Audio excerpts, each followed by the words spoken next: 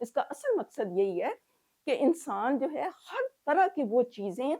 جو ہے اس کو بنائے اور بروئے کار لائے جس طرح کی اس کی ضرورت ہے، انفرادی زندگی میں بھی، اجتماعی زندگی میں بھی، اور پھر آگے جب اس کا کینوس وسیع ہو جائے تو وہ پھر دشمنوں کے مقابلے کے لیے بھی۔ تو یہ اس کا مختصر ترین میں نے مفہوم آپ کے سامنے رکھا ہے۔ پھر یہ ہے، پھر اللہ تعالیٰ نے نا آخر میں یہ کہا ہے کہ یہ اس لیے کیا گیا کہ اللہ تعالیٰ کو معلوم ہو جائے کہ کون اس کو دیکھے بغیر اس کے اور اس کے رسولوں کی مدد کرتا ہے۔ یعنی پھر اللہ تعالیٰ کہتا ہے کہ میں یہ بھی دیکھوں گا کہ کون جو ہے، کہ میں نے تو پیغام بھی دے دیا، میں نے تو کتابیں بھی بھیج دی، میں نے تو روشن دلائل بھی دے دیے، اور اس کے اوپر رسولوں نے عمل کر کے بھی دکھا دیا۔ اب اللہ تعالیٰ کہتے ہیں کہ میں نے یہ دیکھنا ہے کہ کون جو ہے اس دین کی پیروی کرتا ہے، کون رسولوں کی پیروی کرتا ہے، کون ہدایات کو مانتا ہے اور اس کے مطابق اپنی زندگیوں کو وہ چلاتا ہے۔ یقیناً اللہ بڑی قوت والا اور زبردست ہے، کہ اللہ تعالیٰ جو ہے وہ تو علی کل شیء قدیر ہے، وہ اگر چاہے تو اپنے دین کو ویسے ہی غالب کر دے، وہ کن کے خزانوں سے ایک دفعہ حکم کرے تو دین ویسے غالب ہو جائے۔ تو یہ اللہ تعالیٰ اس لیے فرما رہا ہے کہ اس وجہ سے میں نے یہ سارا جو ہے نا سسٹم بنایا ہے۔ اب یہ ہے کہ اس میں سے یہ ایک میں نے نا اللہ تعالیٰ کی توفیق سے مختصر ترین اس کو پریسائز کر کے بیان کیا ہے، لیکن جو ہمارے سمجھنے والی چیز ہے نا اس میں، جو ہم نے اس میں سے لینا ہے انفرادی سطح پر، وہ یہ لینا ہے کہ انصاف کا جو اللہ تعالیٰ نے ذکر کیا ہے، تو اس میں سے ہم نے بھی اپنی زندگیوں میں انصاف کو اور عدل کو لے کے آنا ہے۔ ہم بھی اپنی زندگیوں میں اپنے فیملی سطح پر بھی لوگوں کے ساتھ انصاف اور عدل کا معاملہ کریں، جو اجتماعی طور پر جو معاشرے ہیں وہ بھی اس سسٹم کو اپنے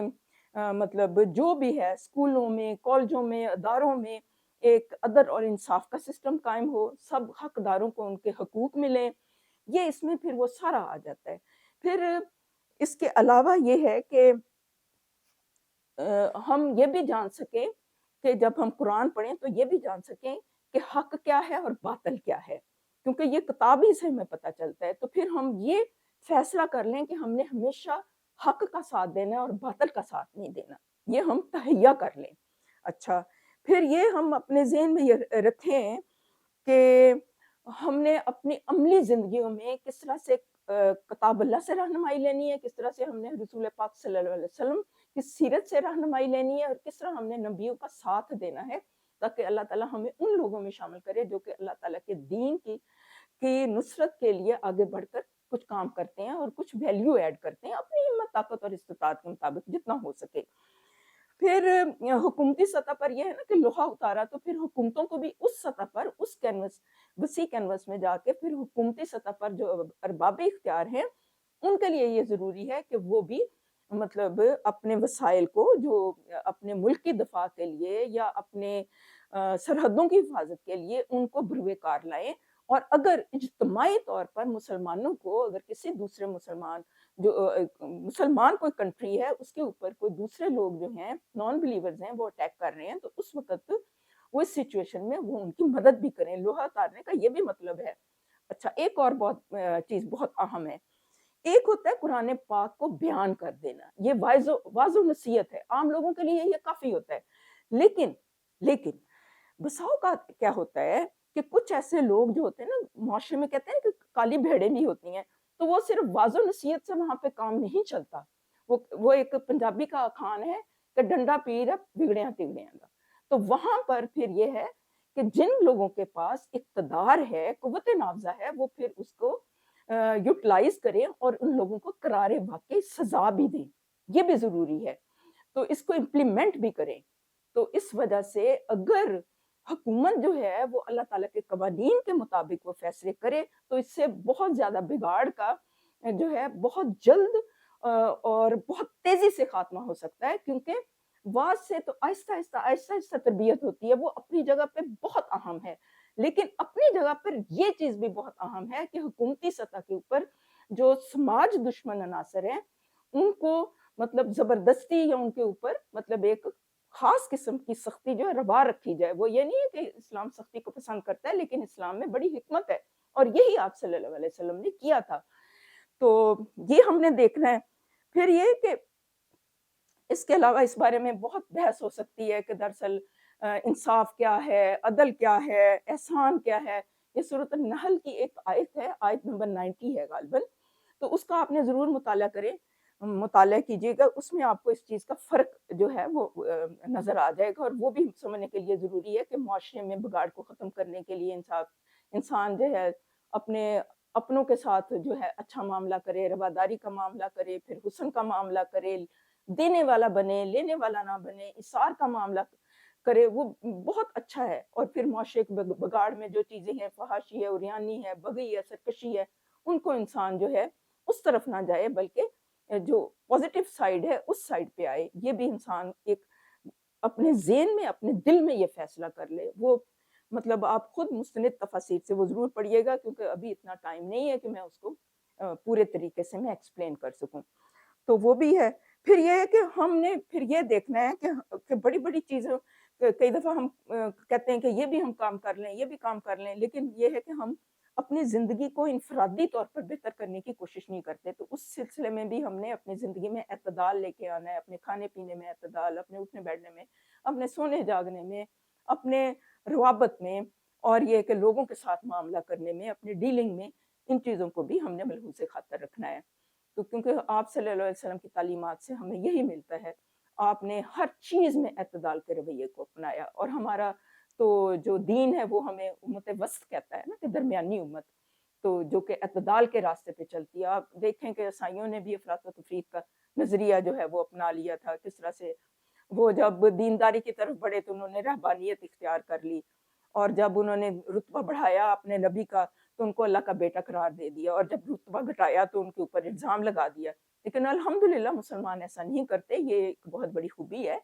لیکن ہم نے مزید اپنے آپ کو امپروو کرنا ہے۔ اللہ تعالیٰ مجھے اور سب کو اس بات کی توفیق عطا فرمائے۔ تو یہ بہت زیادہ ضروری ہے کہ ہم اپنی معتدل اور خوبصورت زندگی ہم گزاریں۔ اللہ تعالیٰ کہنے اور سننے سے زیادہ ہمیں عمل کی توفیق عطا فرمائے، اور ہم جو ہیں کوشش کریں کہ قرآن پاک سے اور رسول پاک صلی اللہ علیہ وسلم کی زندگی سے ہم وہاں سے ہی ہدایت لیں، کیونکہ یہی روشنی کے زبردست مینار ہیں، اور یہی سب سے زیادہ اوتھینٹک بات ہے، جو اللہ کی بات ہے اور جو رسول پاک صلی اللہ علیہ وسلم کی سنت ہے۔ وآخر دعوانا الحمدللہ رب العالمین۔ السلام۔